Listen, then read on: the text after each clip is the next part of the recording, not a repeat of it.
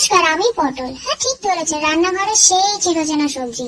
তবে আমার জীবন মোটেই সহজ সরল নয়। এ গল্প আমার জন্ম থেকে আপনার পেটে পৌঁছানোর মধ্যেকার হাস্যকর ঘটনাগুলো।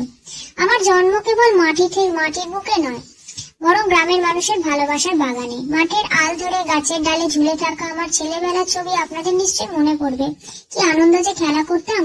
তবে আমার জীবনের আসল নাটক শুরু হয় যখন এক কৃষক আমায় তুলে নিয়ে যায় হাটে। একটা ঝুড়িতে অন্যান্য সবজির সঙ্গে গাদাগাদি করে ট্রাকের ঝাঁকুনিতে মাথা ঠুকতে ঠুকতে পৌঁছাই বাজারে। এরপর আসে আপনাদের পাড়ার বাঙালির বাড়ি। শুরু হলো আমার জীবনের মেজাজি অধ্যায়। কোনোদিন আমি সরল ডালনার নায়ক, কোনোদিন তো সুপ্তর গৌণ চরিত্র। সবচেয়ে বড় শত্রুকে জানেন? ঝিঙে। সে না সবসময় নিজেকে স্বাস্থ্যকর বলে আর আমাকে ছোট করে। তবে আমিও জানি আমিও বাঙালির আসল প্রিয়। শেষে আমি বলবো আমি পটল। আমার জীবনে যেমন হাসি তেমনি কান্নাও আছে। তবে বাঙালি রান্নাঘরে আমার জন্য যেটুকু জায়গা বরাদ্দ সেটুকুই আমার গল্প।